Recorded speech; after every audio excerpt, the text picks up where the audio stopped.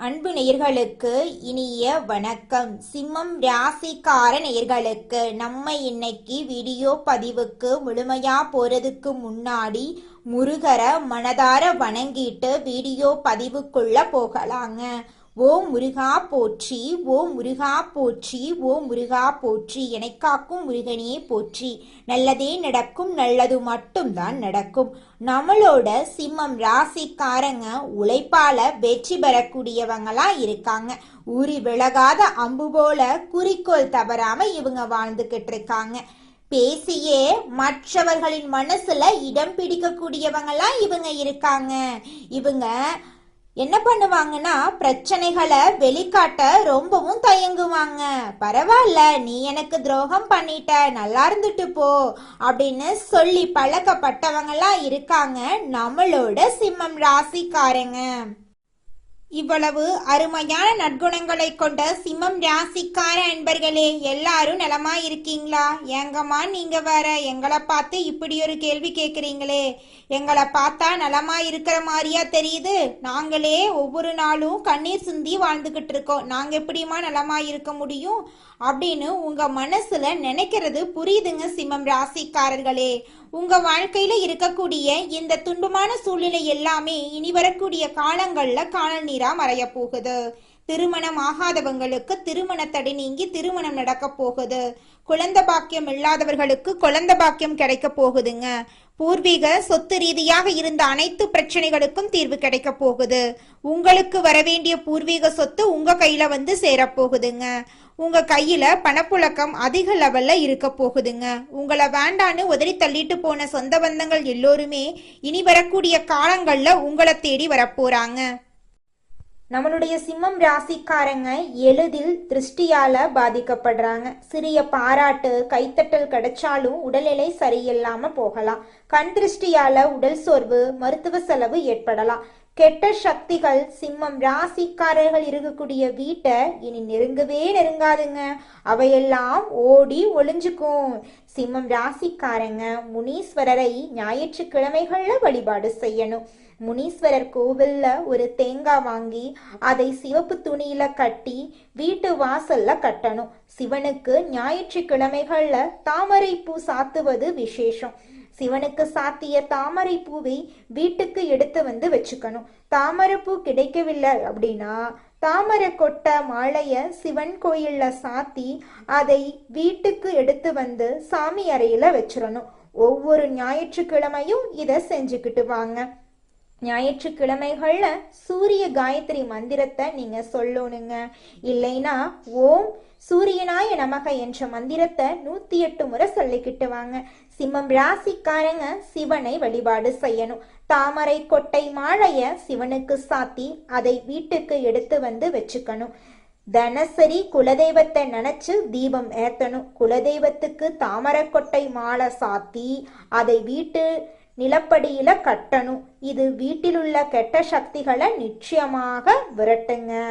திங்கட்கிழமைகள்ல சிவாலயத்துல ருத்ர ஜபம் பாராயணம் செய்யணுங்க.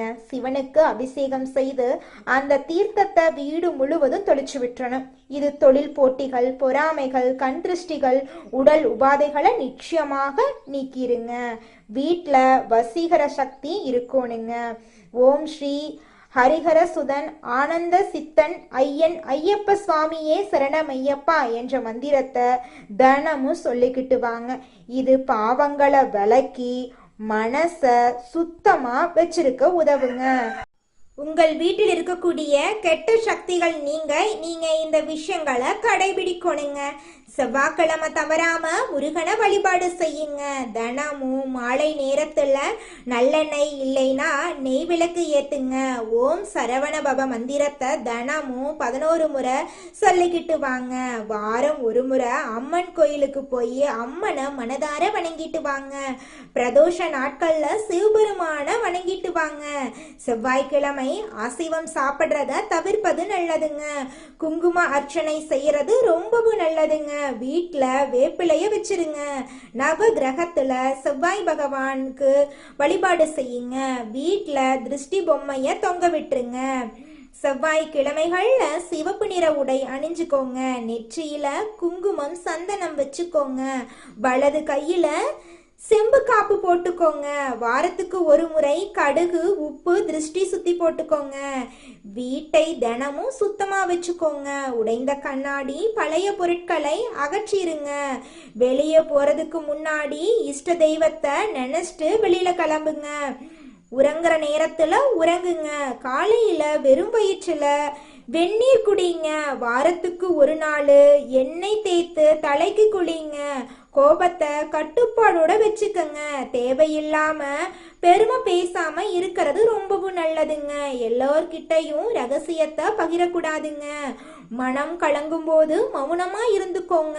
தினமும் குறைஞ்சது 5 நிமிஷம் தியானம் பண்ணுங்க. தீய வார்த்தைகளை தவிர்த்துருங்க.